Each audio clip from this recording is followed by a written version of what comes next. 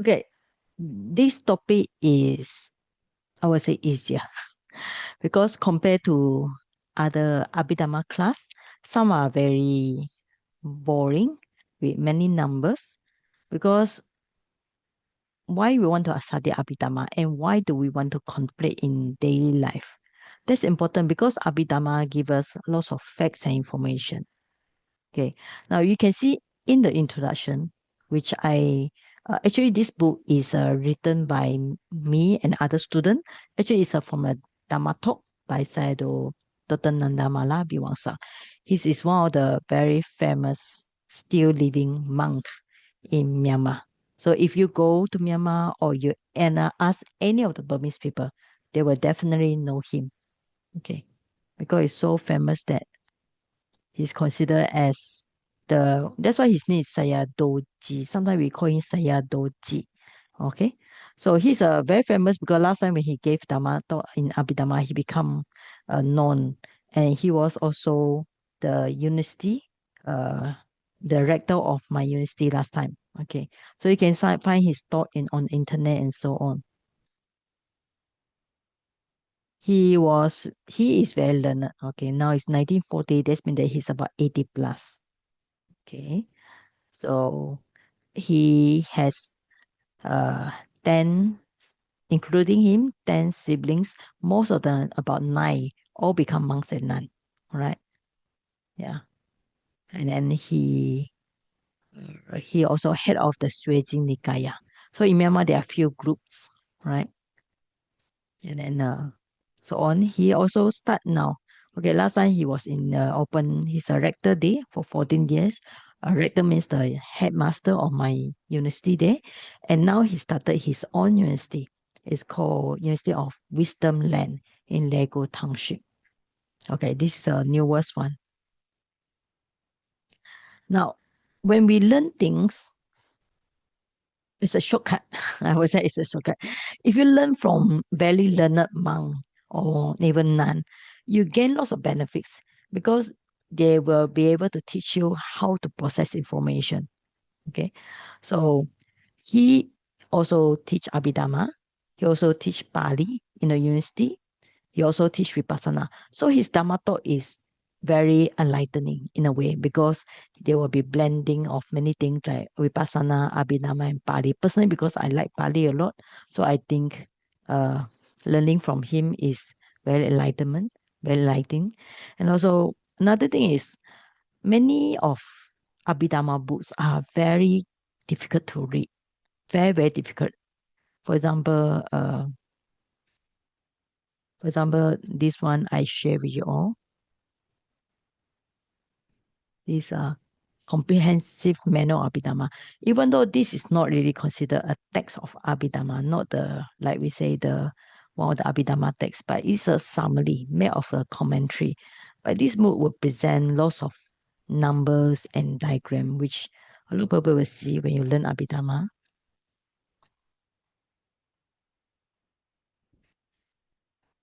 For example, in most of the Abhidhamma books, there will be a lot of charts and so on. Okay. All right. For example, like this, uh, there are all these numbers, all these charts. Okay. For those who learn Abhidhamma before, the numbers and chart is not so scary. For those who never learned before, there are a lot of numbers here: 822, 783, 888, 555, and then there are numbers from 55 to 59, 60 to 64, 65 to 69. So there are numbers 89 here, and there are 52 mental factors, and so on. So, for example, all these are, we call it the Abhidhamma information, all right? And how are we going to contemplate them? How are we going to apply in our life? That's a question that people always ask, and I also ask myself. And also, like this kind of book, you will see the Pali and English together. So this is, we call it the reference book. In most of university, most of the teacher who teach Abhidhamma, we refer to this book. Okay, so coming back to the topic, all right? Now, we want something easier. We want to learn Abhidhamma, but we don't want to be, um, burdened by lots of numbers and charts. So we want to learn something easy, something that really explain how are we going to contemplate. All right. So that's the purpose of learning Abhidhamma. Okay. And like just now say, is a lot of people want to know how are you going to apply Abhidhamma facts like 89 citas, 52 question, mental factors, and so on. So we need a teacher who are very learned like Saya Doji. So we call him Saya Doji because normal Sayadaw is chief monk. So because he's a very high rank, very, very elderly monk, very respected, so we call it Saya Doji. So he always encouraged us to learn Abhidhamma, use it for Vipassana, and apply in daily practice. Okay, and this is from one of his Dhamma talk. He said numbers, names are used every day in Abhidhamma. So these are some labels and identifiers. So do not be afraid. So first we can try to memorize it. So after you memorize for some time, then it's kind of like uh, you get to know all these Abhidhamma terms. So you don't need to always refer to the book, refer to the dictionary. So our mind actually is very flexible. Once you learn Abhidhamma a few times, you get to know all the numbers and all the Pali terms. You'll be able to use it. Okay. And then another reason why I want to do this book with the help of many students here, because we want to express gratitude to the teacher. So actually, in fact, I want to show him this book, but he was very busy. I also very busy. I didn't manage to show him this book. So I feel that as long as we use the book in a good way, according to True Dharma, that should be good, right? And when you read this book, there will be lots of Pali terms. It's difficult not to use Pali terms because when you translate to English, it's also not easy. Even like the word sankhara it can sometimes we translate as a mental formation. Sometimes we use it as conditional things. Sometimes we just use it as things or whatever. So there are even like when you look at the old time when how they translate the Pali to English, there are many like nowadays even somebody using the word unformed, and then the asankara is unformed, and sankara is a condition. Asankara is unconditioned. So difficult to fix the English. So that's why we try to put the Pali and English equivalence there. So try to familiarize yourself with the Pali, right? Because sometimes I will just instead of talking in English, I will just use the Pali as much as I can. Okay. All right. So when you understand the Pali, you try to understand the Dhamma meaning. Okay, so this project is initiated by me because I am Saja Agawati, my senior, my chief nun. So we learn a few times in Sagai. So if you are able to join the pilgrimage this year in November, you can go to Sagai. It's a very ancient Buddhist place, very nice. And Pune is a kind of like Kamala Highland, top of the mountain with very beautiful flowers. So we enjoy ourselves staying there and also learn Abhidhamma. So we also impressed by his knowledge and also effective way of teaching. Okay. So we actually finished book in this book is last year. Okay. And some of the members here also join in. All right. So some of the brother call and so on. All right. So yeah. So we have done few Abhidhamma books. So this is the number two. Number one is this book is actually published. Okay. This is book number one, published in 2022 when I was still studying there. So the second book, this is the second book here, is not published, but it's distributed as a e-book.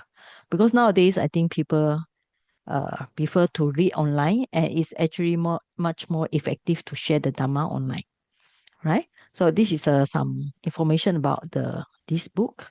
And so, okay, let me go to the topic. Okay, today is only on chapter one because I need to hold a meeting later with some of you, whoever is interested. Okay, now, when we want to learn Abhidhamma, we need to know who's the Buddha. All right. So when we look at the Buddha, we need to know that Buddha is we call it this word historical figure.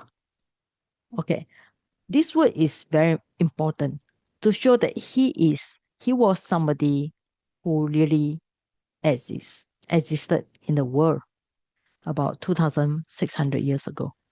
Because if Buddha is just a fiction, then his Dharma is not much value. But the Buddha was a living person who really enlightened uh, and exists in India at that time.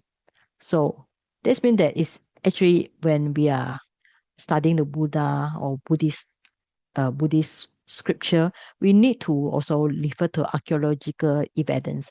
Like in some of the texts, there will be I think you all can understand what I mean, because there are some kind of like the first one, like we call it one of the ancient inscription is in the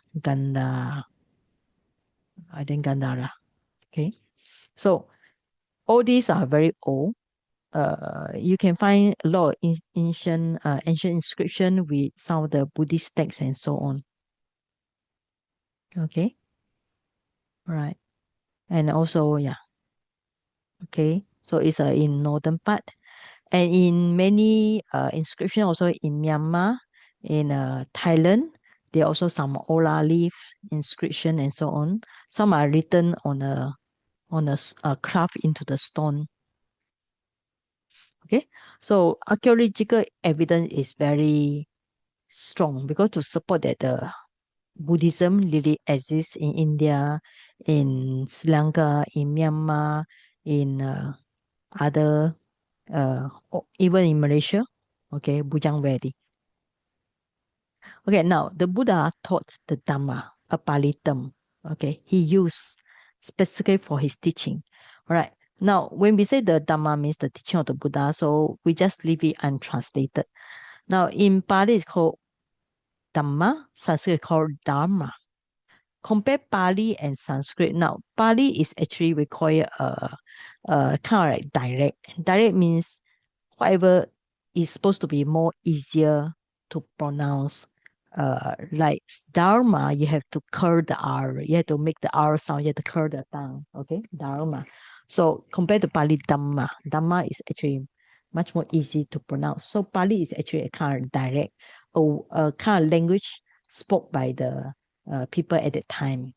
And Dharma is in Sanskrit is much more used for the Brahmin, much more used for their special occasion, religious occasion. Right? Nibbana is Pali, Nirvana is Sanskrit. Okay. So Dhamma is the Buddha's teaching. Now, what is Abhidhamma? Okay. Now, when we look at the meaning of Abhi, right? So you can find any dictionary. Abhi means sometimes different translations, sometimes we call it special Dhamma, right? And the word Abhi, like the Pali prefix Abhi,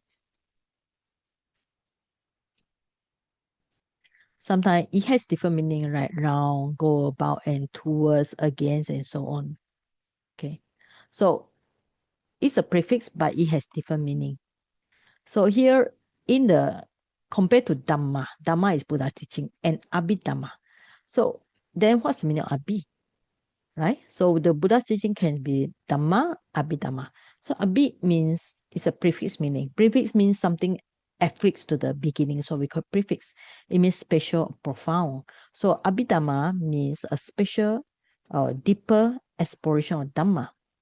Okay, for example, in Sutta, the Buddha will say, there's a king, there's a queen. So Abhidhamma say there's no king, no queen, there's only Namarupa, mind and body. So it's much more deeper or more profound, right? Sometimes the Buddha also use this word Dhamma Vinaya, right? It's a two words Dhamma and Vinaya.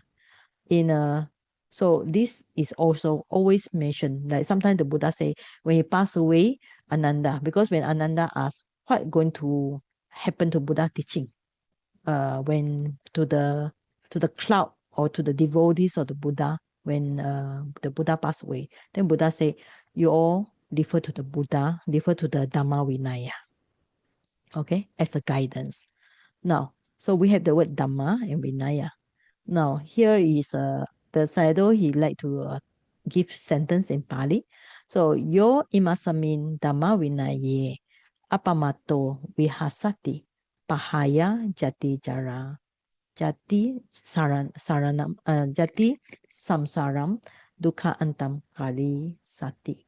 Right? So here he used the word dhamma vinaya. Who apamato means who are not heedless, who are mindful, who live mindful. This is a future tense. Who live mindful in the dhamma vinaya, not heedless day. All right. So this dhamma refer to his teaching. Okay, and then actually sometimes the sayadaw is like talking about other things. Actually, his viewpoint is trying to explain dhamma. What's the meaning of dhamma? This dhamma can be categorized into dhamma and abhidhamma.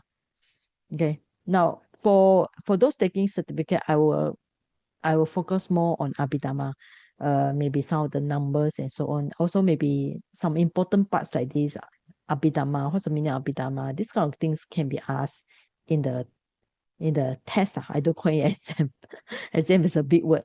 Okay. So try to listen as much as you can. And if you are able, print this book, because even though these book are I don't think it's a lot of pages, it's only 200 plus. If you print out, it's 100 plus. If you print out both sides, it's only 50 pages. All right. So Abhidhamma is a part of the Buddha's teaching contained in Tipitaka. Now, what is Tipitaka? All right, I think those who take the Pali, I already mentioned to you all. Tipitaka means there are three: Vinaya, the rules for monks and nuns; Sutta, okay, and Abhidhamma. So Abhidhamma is the one. Okay, so this is called Tipitaka. Tipitaka is like a basket. For those who taking the basic Buddhism, I also explained it there.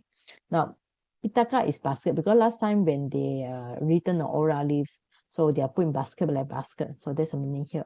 Vinaya is a rules for monks and nuns. Sutanta here and Abhidhamma is here. So Abhidhamma is very different. Let's say if we're talking about Sutta is the Dhamma, then Abhidhamma is the higher Dhamma. So that's why Abhidhamma is not put in the Sutta here. It's considered a different category. So it's called Abhidhamma because now there's another definition, all right? So sometimes if you have a printout while I kind of like highlighting here, so it's good also if you highlight yourself, right?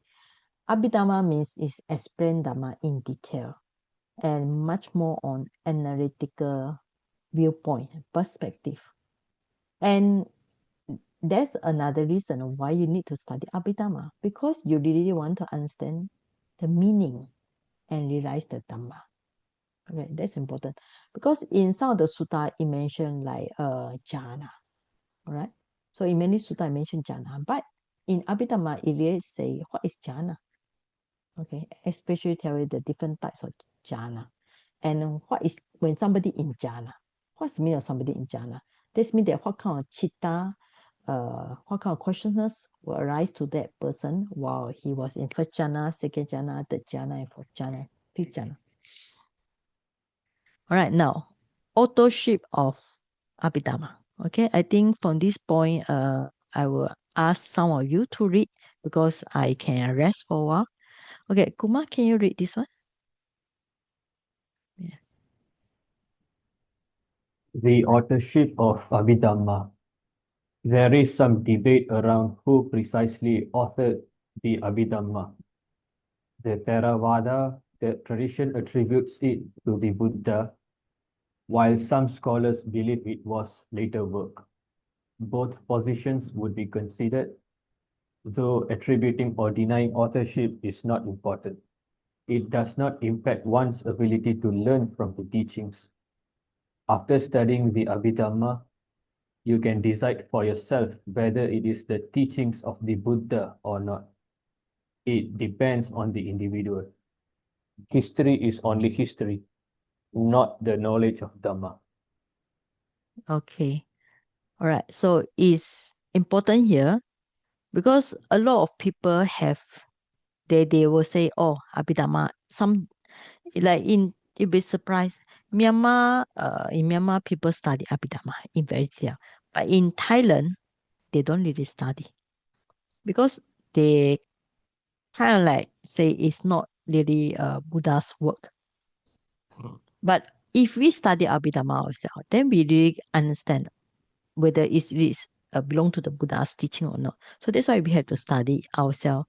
Then we no need to uh, get to the dispute whether it is belong to Buddha or it is not belong to Buddha. Okay. Now, where can you find the author of Abhidhamma? Of course, it's the Buddha, but we have to read of the some of the later work. Later work means the commentator. All right, Buddha Gosa is very famous. He's the one that write the path of purification. All right, the Visuddhimagga, and he is kind of like I would say he is somebody who write lots of books. So in many books we can find his name. So when you type his name, go do a search on internet.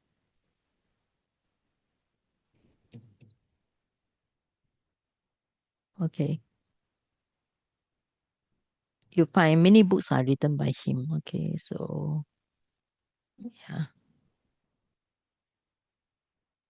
so you can see here many two uh commentary in Vinaya, and then there are many also in the and also in Abhidhamma, right? Atta Salini is the commentary of the first book, uh Dhamma Sangani. And then Samoha Vidadani is a Vibhanga, second book. Then the remaining book are under this Pancha Pakarana Atthakatha. And the masterpiece, which actually my class, the Visuddhimagga, actually I finished about last year. Is it recently? Yeah. Recently I finished the Visuddhimagga. It actually take 1 year to finish. Okay. So Buddhagasa is somebody very well respected because he is somebody, we call it a great commentator. He wrote lots of information about Tipitaka. So in this Atta Salini is one of the book that a lot of people read. This book actually you can, if you want to read it, where can you find it? Okay, that's the question. People want to know. Okay, all these are in Pali. Where can you find it? So there are translation available. It's, any of you can just go to internet and just do a translation because Atasani all these are written in Pali. So you look at it and you'll find actually it's translated. It called Expositor, all right, by Pei Mountain, and then also edited, all right. So Expositor. So you can find this book.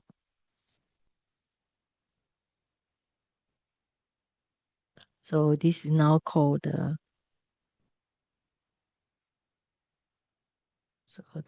Expositor.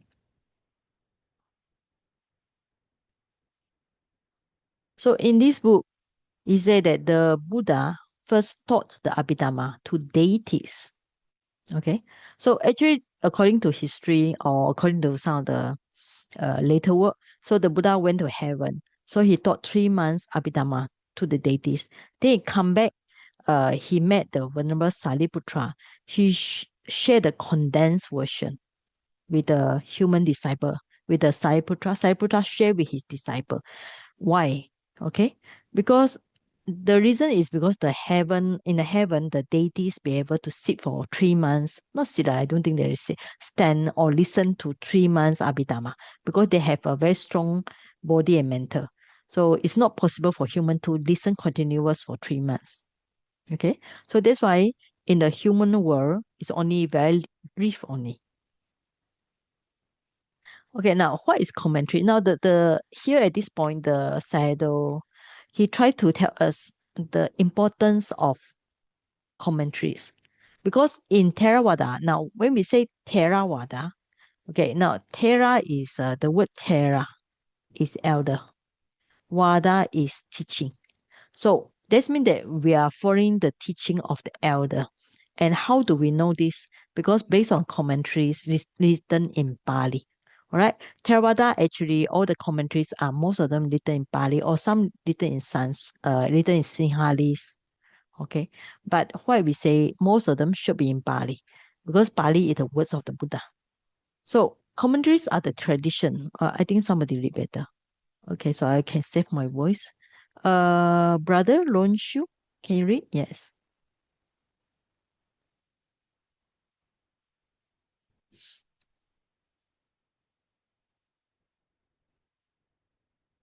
Okay. Okay, then Lao Xia. Okay. Yeah. Okay. Uh, Yes. This one. comment commentaries are a tradition that has been passed down from generation to generation. It is important to note that Venerable Buddhaghosa did not pioneer the commentary, despite some scholars attributing the idea in the commentary to Venerable Buddhaghosa. He never presented them as his own. In fact, in the introduction of his commentary, he explicitly stated that he was explaining according to the tradition that has been handed down. Now continue. Yes. According to the commentary, it is said that 7 years after Buddha's enlightenment, he taught Abhidhamma to the deities in Tivatinsa for 3 celestial months. Every morning, the Buddha would come down from heaven to Uttarakuskura to receive alms and sustain his body. After lunch, he was he would rest at the bank of Lake Enotatta in the Himalaya mountains. Okay. Can Thank you you. please? Okay. Thank you. Yeah. Thank you very much. Yeah. Finish already. All right. Now, here is trying to say that Buddha Gosa, actually he's learning from, see, Buddha Gosa is about 5th century, but where that did he get all the idea? Okay, his idea is that he said he never say he write those idea like in Visuddhimagga. All the idea is actually according to what he learned from other elders. Okay, now where does the Buddha Gosa stay? Right. So where did he learn? Right, according to he was in the Mahavihara. Okay. So yeah, you can write. You can see here. Mm. Actually, he was staying in this place called Mahavihara. If you go to Anuradha Sri Lanka, you can still find, uh, of course, not the place. You can find something, the remaining of this place. All right, this place is a very learned place where there are many great monks come. So he also learned from there, and before that, he also learned from other teacher. Right. So that's why he say that he he said he did not pioneer those ideas. So, and if you look at some of the diagram, how they show, this is the how he look like lah, according to the the artist's imagination. So he was presenting the Visuddhimagga, the path purification to the elders. All right, that's how it look. Still quite young. Okay, anyway, back to story. All right, so what he said that he presented the idea is according to tradition. What's the meaning of tradition? Tradition means that he learned from other elder monks. So generation by generation by generation, the information passed down. So that's why the meaning of Theravada. When we say we follow Theravada, means we are following the teaching of the elders who learn from other elders. Okay, that's how we call it. We try to learn from the original teaching of the Buddha, which is better. Okay. Ji, sorry, I interrupt. The Yeah. tradition is the oral tradition. Oral tradition, but actually at that time there might be written tradition already. Because Oh, if Buddha Gosa was writing on something, that means that the practice of writing on some text already exists at that time. Okay. thank you. Tradition means uh learning from other people. The same tradition. Okay. All right. Now, so after at 7 years, now where did the Buddha taught? Okay, Tawantisa is one of the heavenly brands there. All right, 3 months. That now the reason is why the Buddha he need to come down to human world. Okay, now Buddha has the human body. He as a human body, he cannot just stay on a on the heaven without eating food. The human body need human food. That's why the Buddha must come down, right? To Uttarakura. Now, this is also a very mysterious place. Sometimes in the many sutta, we look at this place. Like sometimes some of the important sutta, like Satipatthana Sutta, it mentioned there. It's actually, we don't know where is it, but it is Uttara is a north. It seems to be somewhere in the north of Himalaya. All right. And because the place is very cooling, very nice, that's why the people there also complete. They don't have much hardship. Okay, and they have a good morality. That's why they can listen to very difficult sutta or very pure sutta. They can practice very well. Okay. Now another place we look at this is actually interesting. This place, do we have this lake? Actually, when I do a research today, yes, the Buddha go there to eat. Then near the bank of this place, Anuttata. This lake means that it's a we call it, if you look at the unheated, so it's a very cooling place. So where is it? It is supposed to be one of the 7 great lakes on the Himalaya. Even though Himalaya is a mountain, but between the mountain, when the water flow down, there's some lake there. Okay, so you can find the lake there. So it says to be this Manasarovar at the foot of Mount Kaisha in the western Tibet. So if you look at the YouTube, people really go there for pilgrimage, right? So Anuruddha. Okay, so we have the place, we have the Buddha. So and we have the teaching of the Buddha, because when the Buddha was teaching the Abhidhamma, he came down, rest there. Okay, now we can continue. It's good to have some simple background. Okay, Sumita, you can read this one. It was during this time that Venerable Sariputta, one of his chief disciples, approached and served him water. The Buddha and Venerable Sariputta traveled using the mental power they gained through samatha meditation. The Buddha briefed Venerable Sariputta about what he had taught in the deity world, and Venerable Sariputta in turn taught his disciples what he had learned from the Buddha. It is important to note that the Abhidhamma taught to the deities encompasses a greater level of details, while the version presented by Venerable Sariputta is more concise. Therefore, the Abhidhamma that we have in our human world is a condensed form. However, it is still a substantial volume. For instance, the 7 treatises of the Abhidhamma, Patthana, alone consists of 2,800 pages. According to the Theravada tradition. Thank you. Okay.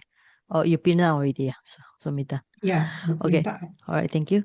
All right. Now, so when the Buddha taught Abhidhamma to deities, it's a lot. Why? Because deities have the mental capability to learn more, because they don't have human body. Once you have the human body, it's difficult. You need to go toilet, you need to rest. You cannot listen to Dhamma talk for 2 hours. You feel very tired.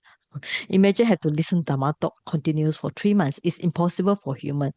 That was why the Buddha can only teach Abhidhamma in a very great detail to deities. But what he taught to Sariputta was very concise. So when Sariputta taught the disciples, is also quite concise also.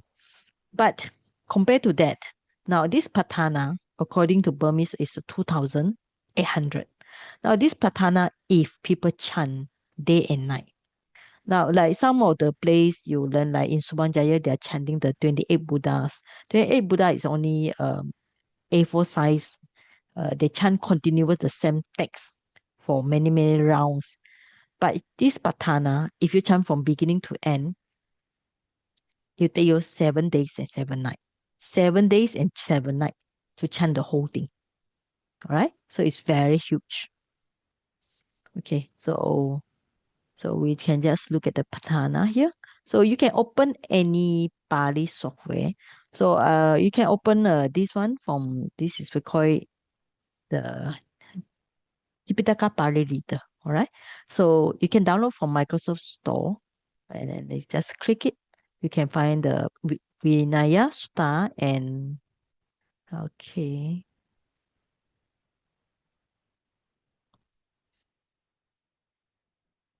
Okay, Abhidhamma. All right. So Abhidhamma Sangani, first book, Vibhanga, second book, Datukata, and so on. Now, where is the Patana? So Patana, you can see even the other Yamaka, Patana 1, 2, 3, 4, 5. 5 books of Patana. Now, Patana, normally the one we know, I think most of you will chant is the beginning one. Hetu Pachayo, Aramana Pachayo, Adipataya. So this is a very short. So we call it Pachaya Udesa. It's a short form. So the explanation is Pachaya Nidesa. So it's very long. Okay, for example, this book, the first book of this one. So if you scroll down, it's how many pages? Huh?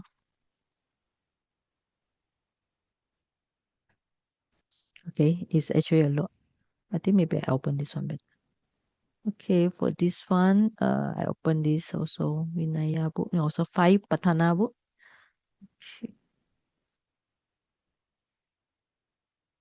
So if we scroll to the end, it's a 442. All right, Thai version 538. All right, so this is only one book, 500 plus. So second book, the fourth book, also same. So look at the end. So 500 pages also, right? Myanmar 600 pages. So all these books are very thick. So imagine try to learn Abhidhamma in this way.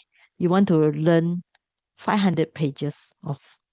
Even in Myanmar, I don't think if for the some of the entry they will not learn all because it's a lot. They just take some portion. Okay, but for those who specialize in Abhidhamma, they will have to learn a lot. Okay, now so we have 7. All right, Dhamma Sangani. Okay, next person to read. So in this way, you all don't feel sleepy. Okay, Brother Michael, you can read this one. According to Theravada tradition, the 7 canonical Abhidhamma texts are Dhamma Sanganani, the explanation of Dhamma, Vibhanga, the book of analysis, the Tukata, discussion with reference to the elements, Ogala Panati, designation of individual, Kata Batu, point of controversy, Yamaka, the book of pairs, Patana, the books of casual relations. Okay, thank you. So Abhidhamma got 7 books. So now you can start to remember one number, 7. It's good to ask in a test, right? Okay, now all these are we difficult to study all because they are very detailed and a lot of numbers. Okay, for example, let's try to look at the Pali to see what is the Dhammasangani. I try to show you the Pali because sometimes the English is actually much more difficult to understand. Even in Burmese, in Myanmar, most of the time they study in Pali. For example, Dhammasangani. Okay, you can see Matika is kind of like table of contents. This actually is just ask few kind of question. That's why is Abhidhamma is go beyond the human because they don't ask anything like kings and queen or whatever. They ask the Dhamma only. Kusala Dhamma, Akusala Dhamma, Abhyagata Dhamma. What is wholesome, what is unwholesome, and what is neither wholesome nor wholesome.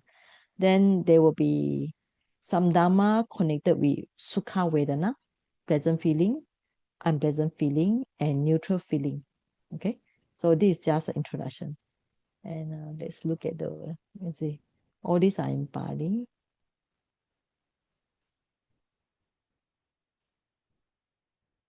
Okay, now. Dhamma. Now, what is wholesome? Okay, just now the question, what is wholesome? Then I explain that when the mind arises with the knowledge, when having the visible form, sound, and so on, right? And referring to that, there's a contact, there's a feeling, there's a perception, and so on. So you can see that's how they explain here. Okay. So there are many information here. Some actually, when we look at the sutta, sutta also got like this, but Abhidhamma is even more because it gives a lot of ultimate truth, all this. What is a non-greed, right? And what is a non-hatred, what is a non-delusion, and so on. And where you can find translation. Actually, you can find the translation, or let's say we try to Dhamma Sangani translation. Okay. So, okay, there's a few books here. This one is translated here. So if you're interested, you can go and have a look. All these are from the Pali. Let's see. All right, you all can download yourself. This one, Dhamma, it's a PDF file. So we'll open the English and let's have a look. What is Abhidhamma? Okay, because most of the time we are studying from the commentaries. So this is the one. It's actually printed many, many years ago, 1900. All right.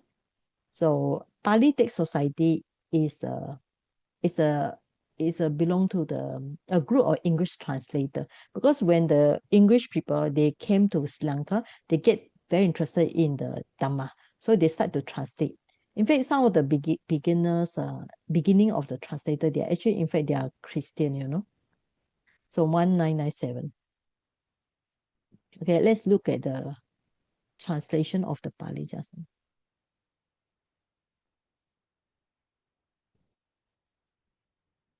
All these are difficult to read because they are printed long time, and even like us as a student, it's difficult for us to read because the print is very faded and not clear. So let's see. Let me torrent. This is the introduction only. Let me see. Okay.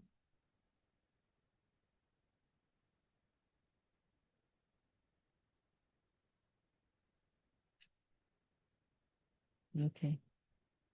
Okay, this is, you can see already. Now the introduction, this is a table of contents. For example, states they have applied and sustained thinking. It's talking about vitaka and vichara, right? Like this. So this is the contents here. States that have limited object and then sublime object and so on. State there are ties, factors and so on. Okay. Okay, now this is a book one, the starting, arising of thoughts. All right. Now, this is a little bit quite easy. Now, what are states that are good? So what is a kusala one? So when a good thought concerning the sensuous universe has arisen, which is accompanied by gladness and associated with knowledge, okay, means that when the kusala mind, with the joy and with the knowledge, has an object aside, this may have a visible object and sound. So this is Abhidhamma, all right? So you can see this is how they explain about Abhidhamma in terms of what is kusala here. And some more here. A smell, taste, and touch, and so on. So sometimes we read the English actually is even difficult to understand compared to when we read the Pali. Let's open the Pali just now.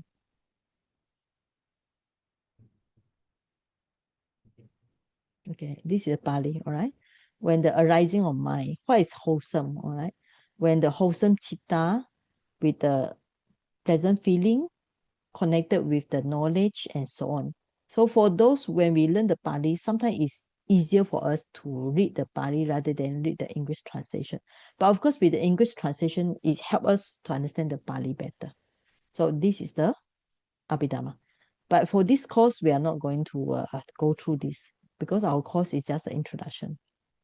Okay, so that's the introduction of showing you what is in the Dhamma Sangani, all right, with very detailed information and so on. Okay, we finished the first chapter. Now we go for second chapter.